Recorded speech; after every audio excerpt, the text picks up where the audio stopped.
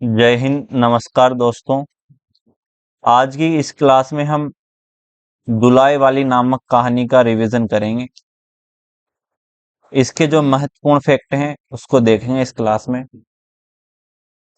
सबसे पहले तो दोस्तों इसका सार समझते हैं। इसके जो प्रमुख पात्र हैं कौन है? बंशीधर।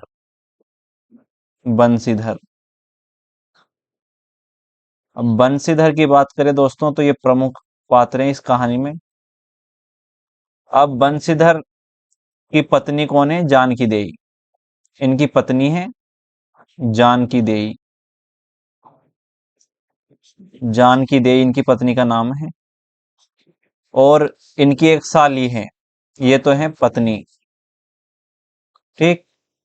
इनकी साली भी है, एक साली साहिबा, जिसका नाम है सीता। सीता। ठीक। साली साहिबा का नाम क्या है? सीता। जिसकी उम्र कितनी है? 10 वर्ष की है ये। उम्र भी आपको ध्यान में रखनी है, इसकी उम्र क्या है? 10 वर्ष। कौन है ये? इसकी साली, बंशीधर की साली साहिबा। ठीक। एक पात्र और है दोस्तों इसमें, नवल किशोर। नवल किशोर। कौन? नवल किशोर। एक पात्र और है, नवल किशोर। नवल किशोर। नवल किशोर कौन है? बंशीधर के मामा का लड़का। ममेरा भाई है इसका। ममेरा भाई। ठीक। नवल किशोर कौन है? ममेरा भाई। ममेरा भाई है इसका। दोस्तों कहानी की बात करें तो कहानी शुरू होती है काशी के दसवां घाट से। काशी के दसवां घाट से बंशीधर वहां पर नहाने जाता है। इसका बंशीधर का ससुराल कहाँ है? बनारस में। ससुराल। ससुराल कहाँ है? बनारस में। ये फैक्ट आपको ध्यान में रखने। और गांव की बात करें तो इनका गांव कहाँ है? इलाहाबाद में। कहाँ के हैं बंशीधर? इलाहाबाद के। इलाहाबाद के, जो कि आज क्या हो गया? प्रयागराज। प्रयागराज। ठीक। कहाँ के हैं ये? इलाहाबाद के। इनका गांव। ठीक। इनका गांव। अब इस कहानी में यह है कि बंशीधर उस दसवां घाट से नहाकर जल्दी जल्दी अपने ससुराल में, अपने ससुर के घर आता है और वहां पर सीता अपनी साली को पुकारता है, सीता सीता। बोलता है कि अपनी बहन को बोलो उसको विदाई कराने कि बोलो मैं जल्दी गांव जाना चाहता हूँ। क्यों? क्योंकि कलकत्ता से कौन आ रहा है? नवल किशोर। नवल किशोर कलकत्ते से आ रहा है अपनी बहू को आगरे से लेकर। इसलिए हम दोनों साथ में ही गांव में चलेंगे, फिर उसके साथ ही चलेंगे गांव में। और ऐसा बोलता है बंशीधर अपनी साली से। वो साली उसकी बहन से बोलती हैं और जब बात करते हैं तो थोड़ा चिक चिक करके मामला बन जाता है साथ में जाने का। ठीक। अब नवल किशोर इनको कहाँ से मिलेगा? नवल किशोर मुगल सराय से इनके साथ हो लेगा। कहाँ से? मुगल सराय से। मुगल सराय से इनको ट्रेन में मिल जाएगा। मुगल सराय से। ऐसा उसने खत में लिखा था कि मैं कलकत्ते से आ रहा हूं और आपके साथ मुगल सराय से साथ में हो लूंगा। तो इस जुगत में वो जल्दी जल्दी तैयारी करने लगते हैं और स्टेशन पहुंच जाते हैं। ठीक। वहीं से कहानी को अब आगे, ये था मोटा मोटा सार इसका। आगे और भी है कहानी, उसको हम विस्तार से पढ़ेंगे तब समझेंगे। ठीक। तो ये है मेन पात्र इसके। और सीता की उम्र आपको ध्यान में रखनी है, कितनी वर्ष है उसकी? 10 वर्ष की है सीता। आगे पढ़िए, आगे देखते हैं। दोस्तों सबसे पहले तो क्लास को लाइक कर दो। क्लास को लाइक कर दो। कमेंट जरूर करना क्लास कैसी लगी आपको। और ये मेरे व्हाट्सअप नंबर हैं, आप इन पर मैसेज करके व्हाट्सएप ग्रुप में ऐड हो सकते हो। और कमेंट में भी इसकी लिंक दे दूंगा व्हाट्सएप ग्रुप की, आप वहां जाकर भी इससे जुड़ सकते हो। दोस्तों इसकी जो लेखिका है कौन है? बंग महिला।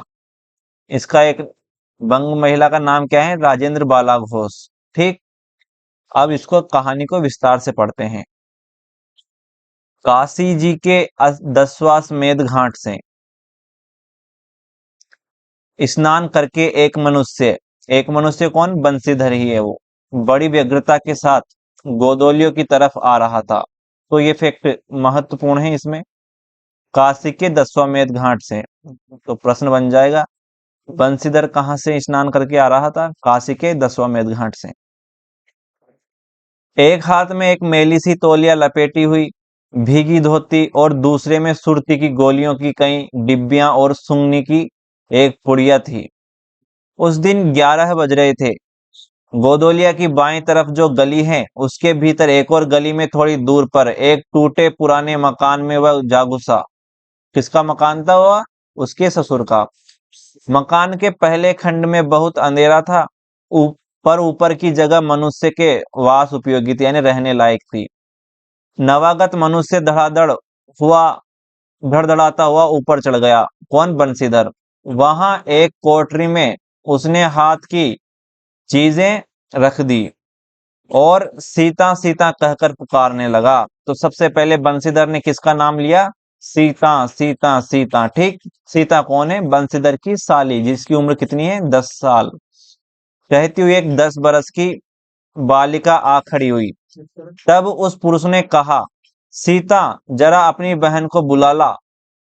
अच्छा कहकर सीता गई और कुछ देर में एक नवीना स्त्री आकर उपस्थित हुई, जो कौन थी, बंशीधर की पत्नी जानकी देवी। उसे देखते ही पुरुष ने कहा, लो हम लोगों को आज ही जाना होगा। ठीक, लो हम लोगों को आज ही जाना होगा। इस बात को सुनकर स्त्री झुंझलाकर बोली, आज ही जाना होगा, यह क्यों, भला आज कैसे जाना हो सकेगा भाई। ऐसा ही था तो सवेरे से ही कह देते भैया से। तुम तो जानते हो ना कि मुंह से कह दिया बस छुट्टी हुई, लड़की कभी विदा की होती तो मालूम पड़ता। आज तो किसी सूरत में जाना नहीं हो सकता। फिर बंशीधर बोलता है, तुम आज की कहती हो, हमें तो अभी जाना है। बात यह है कि नवल किशोर कलकत्ते से आ रहे हैं और आगरे से अपनी नई बहू को भी साथ में ला रहे हैं। तो फैक्ट ये है 3-4 यहाँ पे जो भी इंपॉर्टेंट है, सभी फैक्ट। नवल किशोर कहाँ से आ रहे हैं, कलकत्ता से। ठीक, और उसकी बहू को कहाँ से ला रहा है, आगरे से। तो प्रश्न बन जाएगा, नवल किशोर नई बहू को कहाँ से ला रहा था, आगरे से। ठीक, बहू को साथ ला रहे थे। हम लोग सब लोग मुगल सराय से साथ से इलाहाबाद चलेंगे। तो कहां से, ये फैक्ट भी बहुत ही महत्वपूर्ण है दोस्तों। प्रश्न बन जाएगा, नवल किशोर कहां से इलाहाबाद चलने का खत भेजता है, तो मुगल सराय से इलाहाबाद। ठीक, ये फैक्ट भी महत्वपूर्ण है। कहाँ मिलते हैं वो, मुगल सराय के स्टेशन पर। आगे सुनिए, उनका तार मुझे घर से निकलते ही मिला, इसी से मैं झट नहा धोकर आया। हाँ, यह बात है, नवल चाहे जो करवाए, क्या एक ही गाड़ी में न जाने से दोस्ती में बट्टा लग जाएगा। अब तो किसी तरह रुकोगे नहीं, जरूर ही उनके साथ जाओगे, पर मेरे तो नाकों में दम आ जाएगी। बंशीधर कहता है, क्यों, किस बात से। फिर जानकी देवी कहती है, उनकी हंसी से और किससे। हंसी ठट्ठा भी राह में अच्छी लगती हैं, उनकी हंसी मुझे नहीं भाती। एक रोज में चौक में बैठी पुड़ियां काट रही थी। क्या काट रही थी, पुड़ियां। ठीक, कि इतने में न जाने कहां से आकर नवल चिल्लाने लगे, ए बुआ, ए बुआ, देखो तुम्हारी बहू पुड़ियां खा रही है। मैं तो मारे शर्म के मर गई। हाँ, भाभी जी ने बात उड़ा दी सही। वे बोली, खाने पहनने के लिए तो आई ही है, पर मुझे उनकी हंसी बहुत बुरी लगी। तो प्रश्न इस प्रकार बन जाएगा कि दुलाई वाली कहानी में जानकी दे को किसकी हंसी बुरी लगती थी, नवल किशोर की। ठीक, और प्रश्न इस प्रकार भी बन सकता है कि दुलाई वाली कहानी में हंसी मजाक कौन ज्यादा करता था, नवल किशोर। ठीक, आगे देखिए, बस इसी से तुम उनके साथ नहीं जाना चाहती, अच्छा चलो। मैं नवल से कह दूंगा कि यह बेचारी कभी रोटी तक तो खाती नहीं, पूड़ी क्यों खाने लगी। ऐसे बंसीधर मजाक करता है। इतना कहकर बंसीधर कोठरी के बाहर चले आए और बोले, मैं तुम्हारे भैया के पास जाता हूँ, तुम रो रुलाकर तैयार हो जाना। इतने सुनते ही जानकी दे की आंखें भर आई। किसकी आंखें भर आई? जानकी दे की। और आषाढ़ सावन की झड़ी लग गई। बंसीधर इलाहाबाद के रहने वाले हैं। तो ये फैक्ट महत्वपूर्ण है। कहाँ के रहने वाले हैं? इलाहाबाद के। बंसीधर कहाँ के रहने वाले हैं? इलाहाबाद के। बनारस में ससुराल है, तो ये फैक्ट भी महत्वपूर्ण है। ससुराल कहाँ पर है? बनारस में। ठीक। और वो क्यों आए हैं ससुराल? स्त्री को विदा कराने आए हैं। प्रश्न इस प्रकार भी बन सकता है कि वो ससुराल क्यों आए हैं? स्त्री को विदा कराने। ठीक। ससुराल में एक साली है और सास है।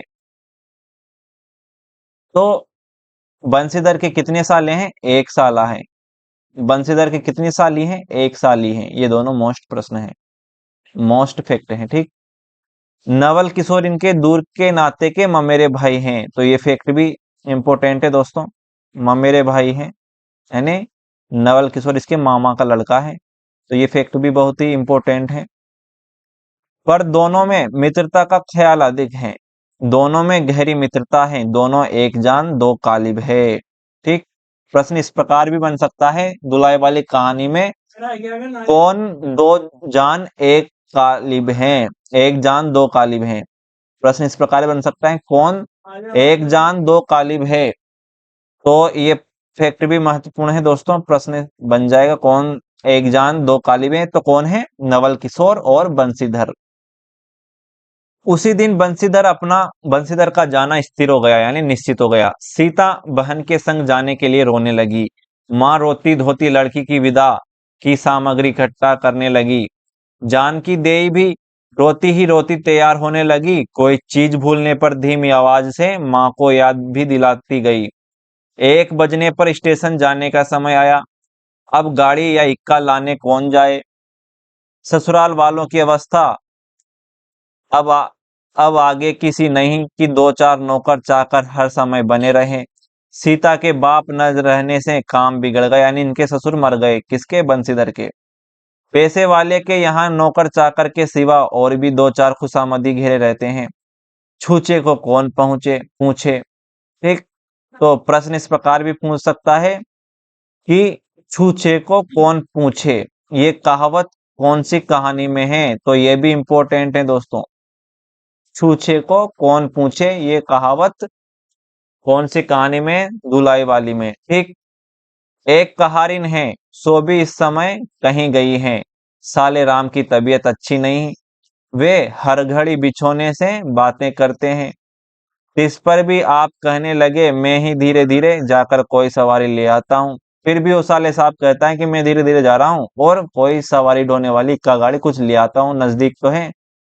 इतने में बंसीधर बोले साले साहब से, नहीं नहीं, तुम क्यों तकलीफ करोगे, मैं ही जाता हूँ। जाते जाते बंसीधर विचारने लगे कि इक्के की सवारी तो भले घर की स्त्रियों के बैठने लायक नहीं होती, क्योंकि एक तो इतने ऊंचे पर चढ़ना पड़ता है, दूसरे पराये पुरुष के संग एक साथ बैठना पड़ता है।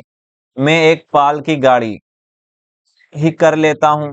तो इसमें इक्के का और पाल की गाड़ी का जिक्र है। ठीक। उसमें सब तरह का आराम रहता है पाल की गाड़ी में। पर जब गाड़ी वाले ने 1.5 रुपए मांगा, तो पाल की गाड़ी वाले ने कितने रुपए मांगा? मोस्ट फैक्ट है, 1.5 रुपए मांगा। किसने? पाल की वाले ने। कितने रुपए मांगे? 1.5 रुपए। तब बंसीधर ने कहा, चलो इक्का ही सही, पहुंचने से काम। तो रेलवे स्टेशन पे किससे जाते हैं? वो इक्के से ही जाते हैं। फिर ये ध्यान में रखना है आपको। प्रश्न बन जाएगा कि बंसीधर रेलवे स्टेशन तक किस में जाते हैं? तो इक्के में जाते हैं। और काल की गाड़ी वाले ने कितने रुपए मांगे थे? 1.5 रुपए मांगे थे। अब सुनिए, आगे देखिए, आगे पढ़िए। बंसीधर इक्का ले आए। जानकी देई बड़ी विकलता से रोती हुई इक्के पर जा बैठी। पर अस्थिर संसार में स्थिरता कहाँ? यहाँ कुछ भी स्थिर नहीं। इक्का जैसे आगे आगे बढ़ता गया वैसे जानकी की रुलाई भी कम होती गई। तो दोस्तों ये फैक्ट बहुत ही इंपॉर्टेंट है। इस अस्थिर संसार में स्थिरता कहाँ, यहाँ कुछ भी स्थिर नहीं है। तो ये फैक्ट बहुत इंपॉर्टेंट है दोस्तों। इस फैक्ट को, इस कथन को, इस पंक्ति को दे देगा प्रश्न बनाकर कि इस स्थिर अस्थिर संसार में स्थिर कहाँ, यहाँ कुछ भी स्थिर नहीं है। ठीक, तो ये कौन सी कहानी की पंक्ति है, कौन सी कहानी की लाइन है? ये दुलाई वाली की, ये आपको ध्यान में रखना है। आगे देखिए, इक्का जैसे जैसे आगे बढ़ता गया वैसे जानकी की रुलाई भी कम होती गई। सिकरोल के स्टेशन के पास पहुंचते पहुंचते जानकी अपनी आंखें अच्छी तरह पहुंच चुकी थी। आगे देखिए, दोनों चुपचाप चले जा रहे थे कि अचानक बंसीधर की नजर अपनी धोती पर पड़ी। अरे एक बात तो हम भूल ही गए, कहता हुआ कहकर पछता से उठे। इक्के वाले के कान बचाकर जानकी से पूछा, क्या हुआ? जानकी ने पूछा कि क्या हुआ भाई, क्या कोई जरूरी चीज भूल आए? तब बंसीधर बोलता है, नहीं, एक देसी धोती पहनकर आना था तो भूल कर विलायती धोती पहन आए। तो विलायती धोती पहन आता है बंसीधर देसी धोती को भूलकर। अब नवल किशोर कट्टर स्वदेशी हुए हैं ना, यानी नवल किशोर यहाँ कैसा है? कट्टर स्वदेशी है। वो विदेश की चीजों के आयात पर विरोध करता है और भारत के लोगों से कहता है कि आप अपने देश में बनी वस्तुओं का ही उपयोग करें, आप अपने देश में बनी वस्तुओं का ही उपयोग करें और बाहर से आने वाली वस्तुओं का उनका विरोध करें। जिससे क्या होगा कि अपने देश की जो पैसा है अपने देश का, वो अपने देश में ही रहेगा, उसका दुरुपयोग नहीं होगा। ठीक, आगे देखिए, वे बंगालियों से भी बढ़ गए हैं। कौन? बंगालियों से कौन बढ़ गए हैं? नवल बाबू। क्यों? क्योंकि बंगाल में सबसे पहले विदेशी चीजों के लिए विरोध उपजा था। लेकिन नवल भी उसी तरह बंगालियों की तरह उन विदेशी वस्तुओं का विरोध करने में बहुत आगे बढ़ चुके हैं। ऐसा कौन कह रहे हैं? बंसीधर। देखेंगे तो दो चार सुनाई बिना नहीं रहेंगे, और बात भी ठीक है। नाहक विलायती चीजें मोल लेकर क्यों रुपये की बर्बादी की जाए? देसी लेने से भी दाम लगेगा सही, पर रहेगा तो देश में ही पैसा। जानकी भी जरा बोहें चढ़ाकर करके बोलती हैं, ओह धोती तो धोती है, पहनने से काम है, क्या वो यह बुरी है? ठीक ऐसे बोलती हैं जानकी देवी। इतने में स्टेशन के कुलियों ने आ घेरा। बंसीधर एक कुली करके चले। इतने में इक्के वाले ने कहा, इधर से टिकट लेते जाइए, पुल के उस पार तो ड्योढ़े दर्जे का टिकट मिलता है। तो ये किसने कहा था? इक्के वाले ने। ये आपको ध्यान में रखना है। बंसीधर अकड़ के बोलता है, भाई अगर मैं ड्योढ़े दर्जे का टिकट लूं तो? है, तो ऐसा किसने कहा? बंसीधर ने। यानी ड्योढ़े दर्जे का मतलब है उच्च क्वालिटी का एसी वेसी वाला जो डिब्बा है उसकी बोल रहा था। ड्योढ़े दर्जे का मतलब है एसी वाला डिब्बा। ठीक, आगे देखिए, इक्के वाले चुप हो रहा, यानी इक्के वाला चुप हो गया भाई। उसने जैसे बंसीधर ने उसको आड़े हाथ ले लिया कि मैं अगर उच्च दर्जे में बैठूं तो इक्के वाला चुप हो गया। ठीक, इक्के की सवारी देखकर इसने ऐसा कहा। यह कहते हुए बंसीधर आगे बढ़ गए। यानी इक्के में और भी जो सवारी बैठी थी उनको देखकर ऐसा कहा था उसने। किसने? बंसीधर ने। यथा समय रेल पर बैठकर बंसीधर राजघाट पार करके मुगलसराय पहुंचे। तो राजघाट पार करके पहुंचे थे मुगलसराय। प्रश्न इस प्रकार बन सकता था, कौन से स्टेशन को पार करके मुगलसराय पहुंचे? ये राजघाट के स्टेशन को पार करके मुगलसराय पहुंचे। ठीक, वहां पुल लांघकर दूसरे प्लेटफॉर्म पर जा पहुंचे। आप नवल से मिलने की खुशी में प्लेट के इस छोर से उस छोर तक टहलते रहे। बंसीधर एक बार चलती गाड़ी ही में शुरू से आखिर तक देख गए, पर नवल का कहीं पता नहीं। सबसे अधिक सोच तो इस बात का था कि जानकी सुनेगी तो ताने पे ताना मारेगी। वह पूछने लगी, नवल की बहू कहाँ है? वह नहीं आए, कोई अटकाव हो गया, कहकर आप बगल वाले कमरे में जा बैठी। टिकट तो ड्योढ़े का था, पर ड्योढ़े दर्जे का कमरा कलकत्ते से आने वाले मुसाफिरों से भरा था, इसलिए तीसरे दर्जे में बैठना पड़ा। जिस गाड़ी में बंशीधर बैठे थे, उसके सब कमरों में मिलाकर कुल 10-12 ही स्त्री पुरुष थे। समय पर गाड़ी छूटी, नवल की बातें और न जाने क्या क्या अगड़ बगड़ सोचते। गाड़ी कई स्टेशन पार करके मिर्जापुर पहुंची। तो मिर्जापुर स्टेशन का यहाँ पर जिक्र है, ये भी आपको ध्यान में रखना है। ठीक। मिर्जापुर में पेटराम की शिकायत हुई। उसने सुझाया कि इलाहाबाद पहुंचने में भी देर है, इसलिए आप झट प्लेटफॉर्म पर उतरे और एक खोचे वाले से थोड़ी सी ताजी पुड़िया और मिठाई लेकर उन्हें ठिकाने पहुंचा, यानी उनको खा लिया। तो क्या खाते हैं? ताजी पुड़िया और मिठाई। और कौन से स्टेशन पर खाते हैं? मिर्जापुर के स्टेशन पर।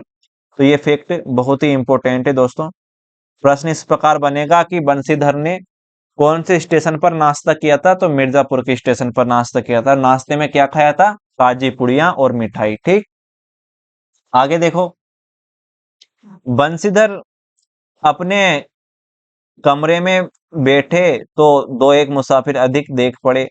आगे वाले में से एक उतर भी गया था। जो लोग थे सब तीसरे दर्जे के योग्य जान पड़ते थे। अधिक सभ्य कोई थे तो बंशीधर ही थे। उनके कमरे के पास वाले कमरे में एक भले घर की स्त्री बैठी थी। वह बेचारी सिर से पैर तक ओढ़े, सिर झुकाए, एक हाथ लंबा घूंघट काढ़े, कपड़े की गठरी सी बनी बैठी थी। बंशीधर ने सोचा, इनके संग वाले भद्र पुरुष के आने पर उनके साथ बातचीत करके समय बिताएंगे। तो ये स्त्री कौन थी? ये थी नवल किशोर की स्त्री। एक दो करके तीसरी घंटी बजी। तब वह स्त्री कुछ अचकचा कर थोड़ा सा मुंह खोल जंगले की बाहर देखने लगी। ज्यों ही गाड़ी छूटी, वह मानो कांप सी उठी, फिर अस्पष्ट स्वर में रोने लगी। उस कमरे में 3-4 प्रौढ़ा ग्रामीण स्त्रियां भी थी, गांव की रहने वाली। ठीक। इस तरह ग्रामीण स्त्रियों की बेसिर पैर की बातें सुनते सुनते बंशीधर ऊब उठे, यानी उस स्त्री को, नवल किशोर की स्त्री को देखकर वो जाने क्या क्या बातें करती हैं, और ऐसी बेसिर पैर की बातें सुनते सुनते बंशीधर ऊब जाता है, बोर होने लगता है। तब वे उन स्त्रियों से कहने लगे, तुम तो नाहक उन्हें और भी डरा रही हो।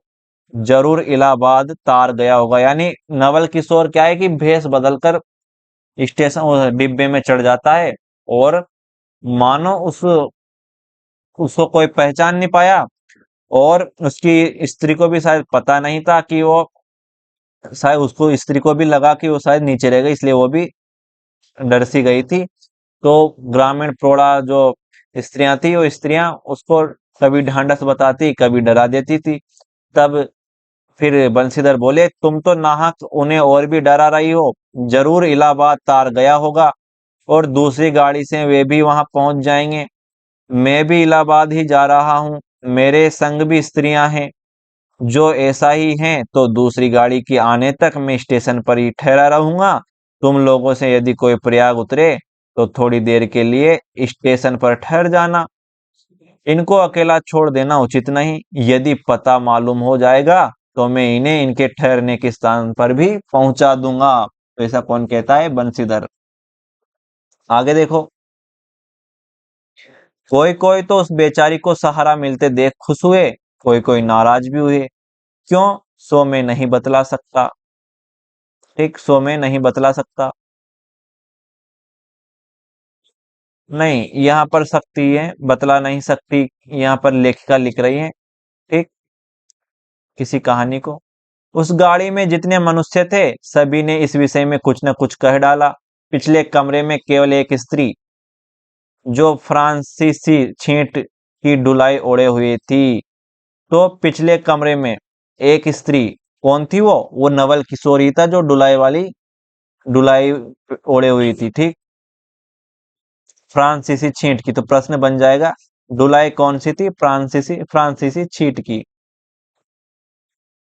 फ्रांसीसी छींट की डुलाई ओढ़े हुए थी और अकेली बैठी थी, कुछ नहीं बोली। कभी कभी घूंघट के भीतर से आंख निकालकर बंशीधर की ओर वह ताक देती थी। तो था तो नवल किशोर, और बंशीधर से मजाक कर रहा था। उसने बोला था कि हम कहाँ से मिल जाएंगे? मुगल सराय से। लेकिन वो भेष बदल कर बैठ जाता है, उससे मिलता नहीं, उसको परेशान करता है। किसको? बंसीधर को। सामना हो जाने पर फिर मुंह फेर लेती थी। बंसीधर सोचने लगे कि यह क्या बात है, देखने में तो ये भले घर की मालूम होती है, पर आचरण इसका अच्छा नहीं। अब गाड़ी इलाहाबाद के पास पहुंचने को हुई। बंसीधर उस स्त्री को धीरज दिलाकर आकाश पाताल सोचने लगे, यानी कि भयंकर विचार करने लगे। क्या सोचते हैं? यदि तार में कोई खबर ना आई होगी तो दूसरी गाड़ी तक स्टेशन पर ठहरना पड़ेगा, और जो उससे भी कोई न आया तो क्या करूंगा? जो हो, गाड़ी नैनी से छूट गई। यानी इसमें नैनी स्टेशन का भी जिक्र है। किसका? नैनी स्टेशन का। तो दोस्तों यहाँ पर आपको ये ध्यान, स्टेशनों के नाम भी याद रखने हैं। सबसे पहले तो कहाँ से चलती है गाड़ी? मुगल सराय स्टेशन पर। मुगल सराय, मुगल सराय स्टेशन। इसके बाद में कौन सा स्टेशन आता है? मिर्जापुर, जहां पर नाश्ता करता है वो, मिर्जापुर स्टेशन। ठीक, मिर्जापुर स्टेशन। इसके बाद में ये कौन सा स्टेशन है? नैनी, नैनी स्टेशन। तो ये फैक्ट आपको ध्यान में रखने हैं, बहुत ही इंपॉर्टेंट है। क्रम से पूछ देगा स्टेशनों के नाम। तो पहले, सबसे पहले मुगल सराय, फिर मिर्जापुर, फिर नैनी। ठीक। अब साथ की उन अशिक्षित स्त्रियों ने फिर मुंह खोला। कह भैया, जो केहू बिना टिकस के आवत होए तो ओकर का सजाए होला, यानी बिना टिकट के जो आता है उसको सजा मिलती है। अरे ओका ई नाही चाहत रहा कि मेहरारू के तो बैठा दिल हैन, और अपवा तौन टिक्कस लेके चल दिए दिहलेन। किसी किसी आदमी ने तो यहाँ तक दौड़ मारी कि रात को बंसीधर इसके जेवर छीन कर रफू चक्कर हो जाएंगे। इस गाड़ी में एक लाठी वाला भी था। तो ये फैक्ट आपको ध्यान में रखना है, गाड़ी में एक लाठी वाला भी था। ठीक। उसने खुल्लम खुल्ला कहा, का बाबूजी कुछ हमरो साझा, यानी कुछ हमको भी समझाओ, कुछ हमको भी बताओ, क्या करने वाले हो तुम? इसकी बात पर बंसीधर क्रोध में लाल हो गए। उन्होंने खूब धमकाया। उस समय तो वह चुप हो गया, पर यदि इलाहाबाद उतरता तो बंसीधर से बदला लिए बिना न रहता। बंसीधर इलाहाबाद में उतरे, एक बुढ़िया को भी वहीं उतरना था। उससे उसने कहा उन्होंने कहा कि उनको भी अपने संग उतार लो। फिर उस बुढ़िया को उस स्त्री के पास बिठाकर खुद जानकी देख उतारने गए। जानकी से सब हाल कहने पर वह बोली, अरे जाने भी दो, किस बखेड़े में पड़े हो। पर बंसीधर ने न माना। जानकी को, उस भद्र महिला को एक ठिकाने बिठाकर आप स्टेशन मास्टर के पास गए। यानी बंसीधर क्या करता है कि जो नवल किशोर की पत्नी थी, उसको और अपनी पत्नी को साथ में बिठाकर मास्टर स्टेशन के पास गए, स्टेशन मास्टर के पास गए, ताकि उस महिला का पता लगा सके। ठीक, क्योंकि बंसीधर तो जानता नहीं था कि ये नवल किशोर की पत्नी है। उसे तो यही लग रहा था कि अपने पति से बिछड़ गई है। तो स्टेशन मास्टर के पास गया, वहां पर जाकर उससे पता करने के लिए जाता है। बंसीधर जाते ही वह बुढ़िया जिसे उन्होंने रखवाली के लिए रख छोड़ा था, किसी बहाने भाग गई। अब तो बंसीधर बड़े असमंजस में पड़े। टिकट के लिए बखेड़ा होगा, क्योंकि वह स्त्री बेटिकट है। लौट कर आए तो किसी को न पाया। अरे ये सब कहाँ गई, यह कहकर चारों तरफ देखने लगे, कहीं पता नहीं। इस पर बंसीधर घबराए। आज कैसी बुरी साइत में घर से निकले कि एक एक दूसरी आफत में फंसते चले जा रहे हैं। तो ये कथन भी आपको ध्यान में रखना है दोस्तों। आज कैसी बुरी साइत में घर से निकले हैं कि एक के बाद दूसरी मुसीबत आए जा रही है। ये किसका कथन है? बंसीधर का। इतने में सामने, अपने सामने ढुलाई वाली को आते देखा, जो कि नवल किशोरी था। भाई, तू ही उन स्त्रियों को कहीं ले गई है? इतना कहना था कि ढुलाई से मुंह खोलकर नवल किशोर खिलखिला उठे। फिर बंसीधर चौंक गए। बंसीधर बोले, अरे यह क्या, सब तुम्हारी करतूत हैं। अब मैं समझ गया कैसा गजब तुमने किया है। ऐसी हंसी मुझे नहीं अच्छी लगती। मालूम होता कि वह तुम्हारी ही बहू थी। अच्छा, तो वे गई कहाँ? वे लोग तो पाल की गाड़ी में बैठी हैं। कौन बोला ऐसा? नवल किशोर। तुम भी चलो। नहीं, मैं सब हाल सुन लूंगा तब चलूंगा। हाँ, यह तो कहे, तुम मिर्जापुर से कहाँ से आ निकले? मिर्जापुर में कहाँ से आ निकले? मिर्जापुर नहीं, मैं तो कलकत्ते से, बल्कि मुगल सराय से तुम्हारे साथ चला आ रहा हूँ। तुम जब मुगल सराय में मेरे लिए चक्कर लगाते थे तब मैं जोड़े दर्जे में ऊपर वाले बेंच पर लेटे तुम्हारा तमाशा देख रहा था।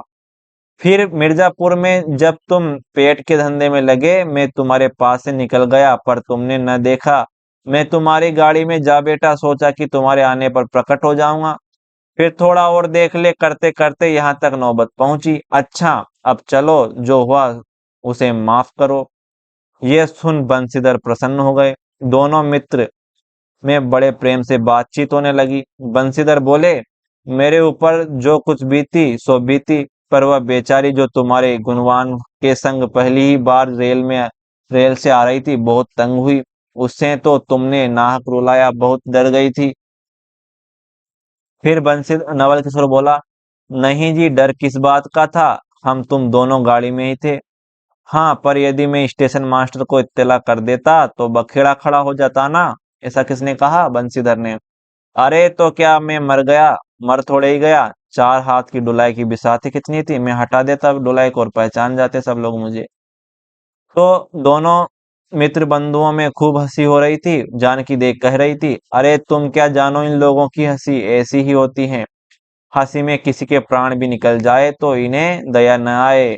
तो ये कथन आपको ध्यान में रखना है, मोस्ट है ये भी। किसका कथन है? जानकी देवी का।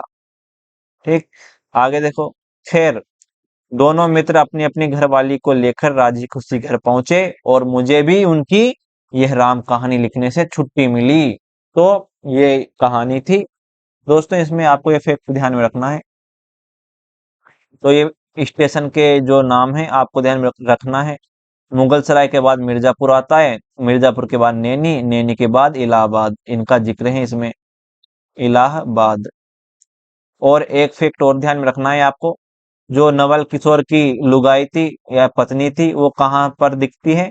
मिर्जापुर की स्टेशन पर ही तो दिखती है। वो रोटी खाने के बाद, जब नाश्ता करने के बाद डिब्बे में आता है तब वहीं तो दिखती है वो नवल किशोर की पत्नी। ठीक, तो प्रश्न इस प्रकार भी बन सकता है कि नवल किशोर की पत्नी कौन सी स्टेशन पर मिलती है, दिखती हैं? मिर्जापुर के स्टेशन पर। ठीक, तो दोस्तों आज की क्लास में हमने देखा दुलाई वाली कहानी को, इसके महत्वपूर्ण फैक्ट देखे, इसको विस्तार से पढ़ा। क्लास को लाइक जरूर करना और शेयर करना और चैनल को सब्सक्राइब करना। मिलते हैं अब अगली क्लास में अगली कहानी के साथ। आज के लिए इतना ही।